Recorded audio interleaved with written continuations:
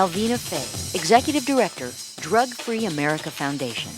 Dr. Robert DuPont, Clinical Professor of Psychiatry at Georgetown Medical School. Peter Stoker, Director, National Drug Prevention Alliance. Dr. Eric Voth, Chairman, Institute on Global Drug Policy and an Addiction Specialist.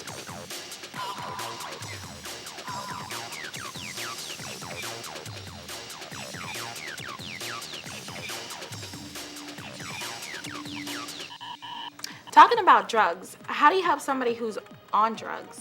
I'd say by getting them treatment for their addiction. Not according to this website. Why? What does it say? It's talking about making less harmful decisions about drug use and supporting young drug users. Huh? And they call it harm minimization or harm reduction. Dude, sounds more like harm promotion. Harm reduction is a term that's used by those that would like to normalize drug use in our society and to actually promote drug use. We refer to the term harm reduction really as harm promotion because we feel like that's really what it does. I think that harm reduction was initially set about really as a good program. I mean, there were people who really had the true intent of trying to reduce harm to the public.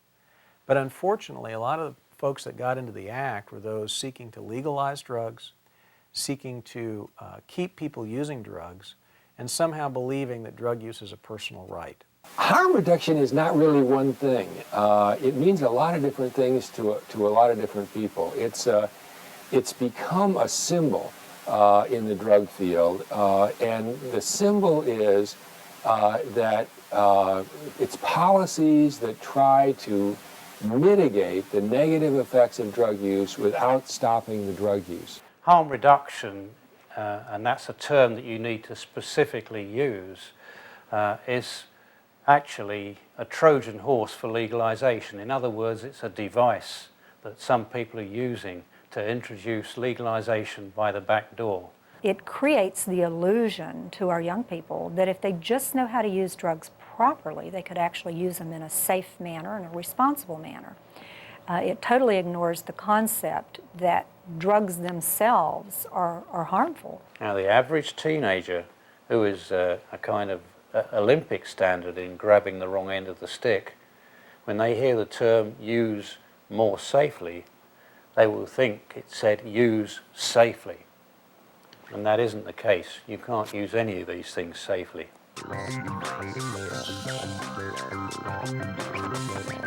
After the Netherlands legalized marijuana use for adults, the usage rate for 18 to 20-year-olds nearly tripled.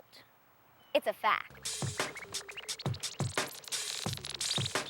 How is encouraging drug use helping anyone? It goes on to say that all drug use is inevitable, and therefore kids should be taught how to use drugs safely and responsibly.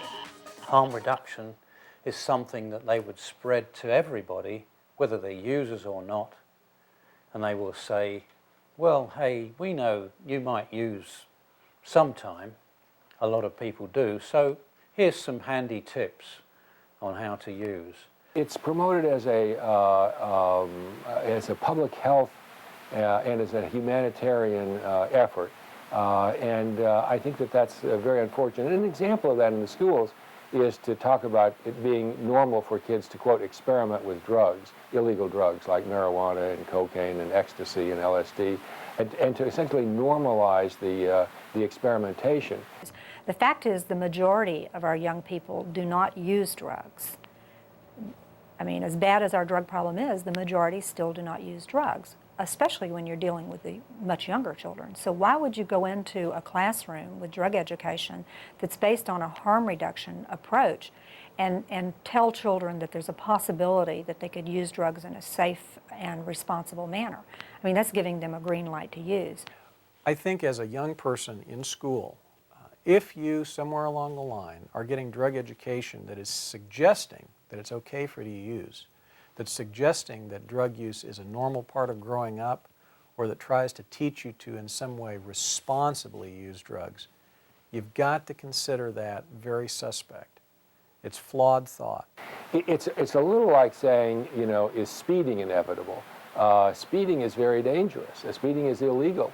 And to talk about the fact that some people's speed is not, you don't want to normalize that. It's a very dangerous and illegal activity. If you look statistically at what we've done with drug prevention and drug education through the years, the facts are that when we've been able to show children that drugs are harmful, their attitudes about that harmfulness have led to less drug use. And when we've allowed them to lose the attitude that drugs are harmful and to think that maybe drugs could be used safely and responsibly, drug use has increased. When people suggest that we should have soft policies for drugs, what this actually does is encourage drug use, and that's something that's been proven worldwide. Whenever you have a more lax approach to drug policy, you get an increase in use, particularly amongst the young.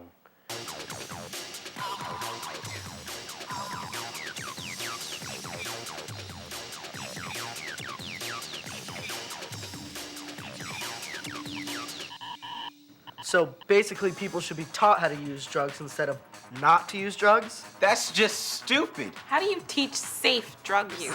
Like 4th period safe injection 101. Seriously, is that like sort of a needle exchange program? What exactly is that? It's a program that gives needles to heroin addicts in hopes that they will exchange them for clean ones.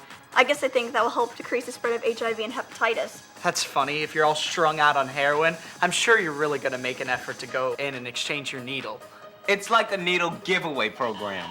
An example is giving addicts clean needles so that they can continue to inject drugs intravenously, but have lowered the risk of getting AIDS, HIV/AIDS. That's a typical example of a harm reduction idea. So-called needle exchange schemes, in fact, very often are needle giveaway schemes, so that there is no interaction with a drug worker or a counselor when a drug user comes to exchange dirty works for clean ones. Unfortunately, there's this great misconception out there that handing out needles to addicts somehow is going to help reduce disease.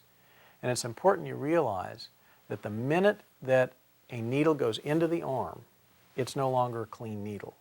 So when you get a needle giveaway scheme, what happens is, because you can make the drugs go further if you inject them compared to smoking them, as it is with heroin, you tend to encourage more people to inject, not less. And that's exactly what happened in the Liverpool area of Britain. And we went from a very low incidence of injecting to a very high incidence. It's a little bit like dealing with the drunk driving problem by requiring drunk drivers to wear seatbelts or putting extra bumpers on their cars. It's a way of trying to solve the problems caused by the drug use without stopping the drug use. And really, to date, the only kind of prevention that has really been shown to work is getting young people to not use alcohol or drugs in the first place. A soft drug policy leads to more use, and the use is where most of the problems come from. So the consequence of tolerance of illegal drug use is more illegal drug use. It also affects treatment because that concept also gets applied in treatment. Instead of getting people off drugs and teaching them how to live drug-free, let's just maintain them on their drug of choice. Let's give them clean needles. Let's give them heroin that's supplied by the government. That's the concept of harm reduction. Would you think that you would help an alcoholic by giving him alcohol? Would you think you'd help a cigarette smoker by giving him free cigarettes? It's ridiculous. And yet, in the drug field, that is thought of as smart. So, you've got two issues going on. One, the addict continues to use, and needle handouts, needle exchanges do not remove the addict from the drug. So that's number one. Number two, you've got millions of needles out there. The number of needles sitting around, unclaimed, on the streets, in trash cans, is somewhere around 8 million needles a year.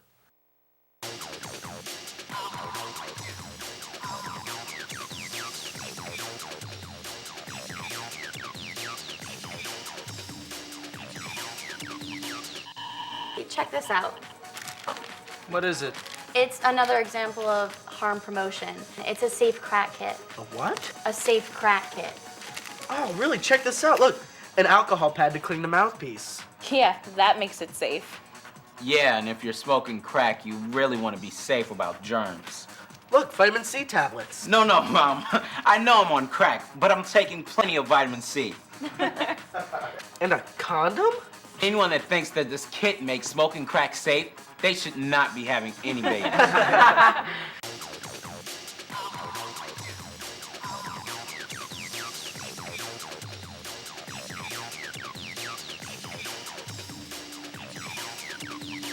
There are some cities that distribute these things that are called safe crack kits. And there's kind of two ways that that's being done and two reasons. One is to try to induce IV drug users to not shoot up IV drugs and instead smoke crack.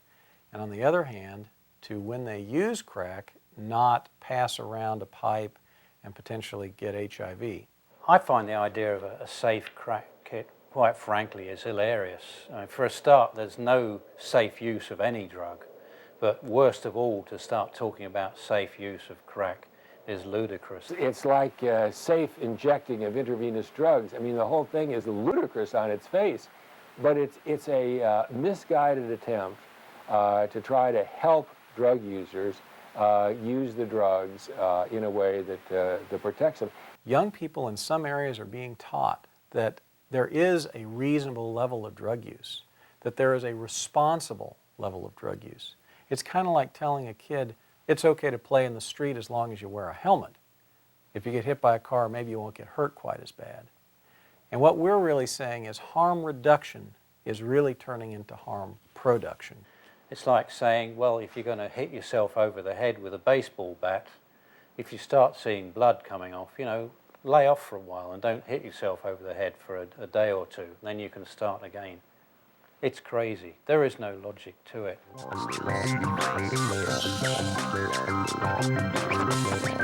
In the Netherlands, there's a group for addicts called the Federation of Dutch Junkie Leagues. Federation of Dutch Junkie Leagues? Junkie power? It's a fact. So where's this safe drug use thing being promoted? Europe? Hold on, I'll look it up. It started in Switzerland and failed miserably. Switzerland is the poster child of harm reduction. They used to have a needle park just for junkies, and they gave out heroin too. I guess they thought if they ignored the problem, it would go away. Instead, the government prolonged the people's addictions, magnifying the problem. We have to be concerned about what drug policies are implemented globally, not just what's happening in the United States, but what's happening globally. Because as big as the world is today, it's a very small world. With the advent of the internet and with modern transportation, you can be anywhere in the world in a matter of hours. You can communicate with people immediately. So what happens on the other side of the world does very much impact us today right here in this country. The reason it's attractive in Europe is because it fits with a European value system of tolerance and diversity, essentially defining drug use as a diverse human behavior that we need to accept and tolerate. And we're fooling ourselves if we don't think this is about money. That is exactly what it's about. So we do have to be concerned about what's happening in other parts of the world because it does affect us.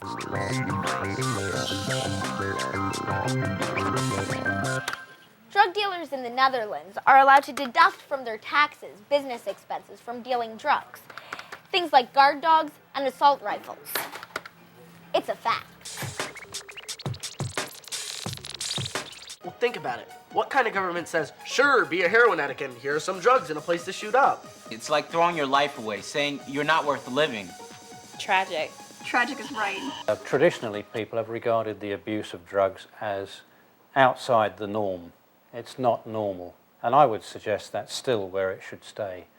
But what drug legalizers try to do as a stepping stone to legalization is to get more people accepting of the practice, and so they use what they call normalization. Those that are promoting very permissive drug policies in Switzerland and Spain and Canada are the same individuals, the same business people who are promoting permissive drug policies in this country.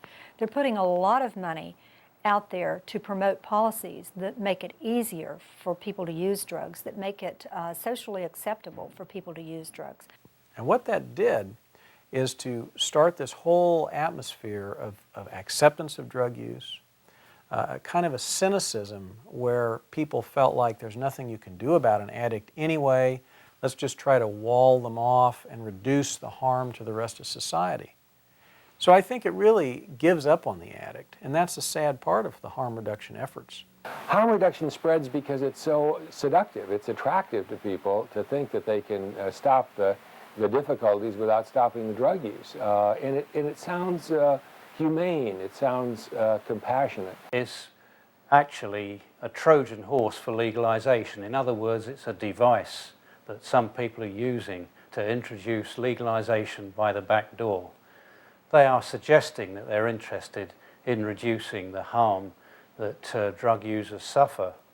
But if you actually look into the details of what they propose, there's a lot of subterfuge to it.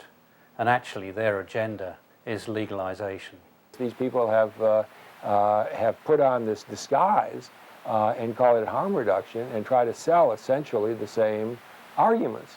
And so it's a kind of softer, gentler, more acceptable version of legalization, but it is the Trojan horse. You let that in, and then out comes the legalization. I think you can probably group up normalization and decriminalization in one package. They're really two stepping stones to get you across the same stream. And on the far bank, what they're trying to reach is legalization. Harm reduction is a term that is used by the individuals and the groups that would like to see drug use normalized, decriminalized, and ultimately legalized. It is a concept that sounds very innocent, sounds very well-meaning. It sounds like we're going to reduce the harms of drugs. But in fact, what it does is it encourages drug use. It's again a fraud that is perpetrated that sounds reasonable, and once you look at it, you see it's a joke. It's a cruel joke. And all of these are devices, all of them stepping stones to get you across to that other bank where legalization is waiting.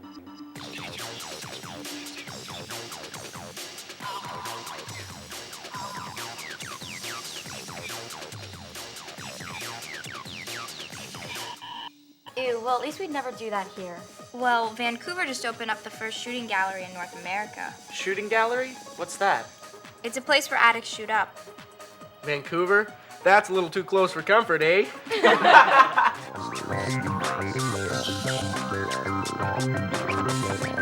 Shooting galleries aren't for target practice. They're places where addicts can go to inject their drugs, often with nurses to help them. It's a fact. And we already have needle exchange programs here in the U.S., in Baltimore. What good can come from all of this? All I see is addiction, causing more crime, causing more addiction. How is that harm reduction? My favorite is they say, well, we haven't stopped the problem in 30 years of the war on drugs, therefore we give up. I say, well, that's really good logic. We haven't stopped the problem of murder. What we ought to do to solve the problem of murder is legalize murder. This would really help. Now, when you say that, you see how stupid it is, but in the drug field, people think that's smart. I don't care how carefully you might inject heroin into your veins, no matter how clean the needle is, and no matter how carefully you search out that vein and insert that needle in, you're still putting poison into your blood system. You're still putting a drug into you that's addictive and potentially deadly. So how does this affect the rest of us who don't use drugs? Yeah, why do I want to work so my money goes to pay for their drug problem? I can barely afford my own car payments. And what about our safety? If doing drugs becomes the norm, then more people will try drugs, right? People need to know the truth about drugs if they're thinking about using them. When drugs or alcohol are used in early adolescence, they become integrated into the person's social life, and they become an integral part of that day-to-day interaction with friends, brothers, sisters, etc. And that's where the risk lies. One of the paradoxes in this field is that people who promote illegal drug use and a more tolerant view compare it to alcohol and tobacco and say, well, alcohol and tobacco create more social costs than do illegal drugs. What I find very odd about that argument is the reason they cause more problems is because they are legal. It's like, you know, people who die from drugs, very tragically. The excusers, the apologists of drug use will say, well, they must have got a bad batch of stuff. or it had adulterants in it, they will never accept that the drug is in any way at fault. No one ever sets out to be a drug addict. Every single person who's addicted to every drug out there would tell you they never intended to become addicted. They're actually committing what Professor Lundquist of a Swedish university called magical thinking. And that's thinking where you exclude anything which speaks against these drugs, but you draw in gladly any information that reinforces your attitude. It's not only magical, it's ridiculous. So it creates many more new users by giving the green light to our children and creating the illusion to our children that drug use can be safe. And then it keeps the old addicts as addicts, because instead of getting them off drugs and teaching them to live a drug-free lifestyle, it's maintaining them on their drug of choice. It's a very dangerous road for any society to go down. Harm reduction is just wrong. Drug use is not inevitable. Not everyone does drugs. Yeah, if you really want to reduce harm, then you should reduce the number of people who expose themselves to drugs, not the other way around. In other words, abstinence is still the way to go.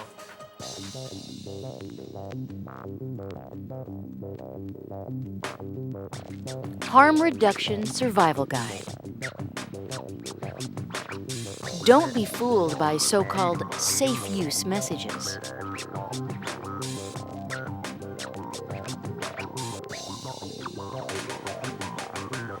Drugs are dangerous and often lead to addiction and premature death. Don't think that you are immune to an accident or an overdose.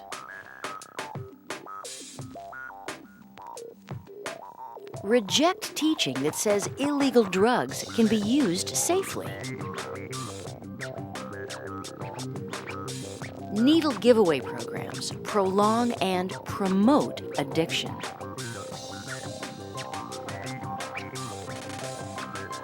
Harm reduction is the Trojan horse for drug legalization. If you or a friend is addicted, seek competent, abstinence-based treatment.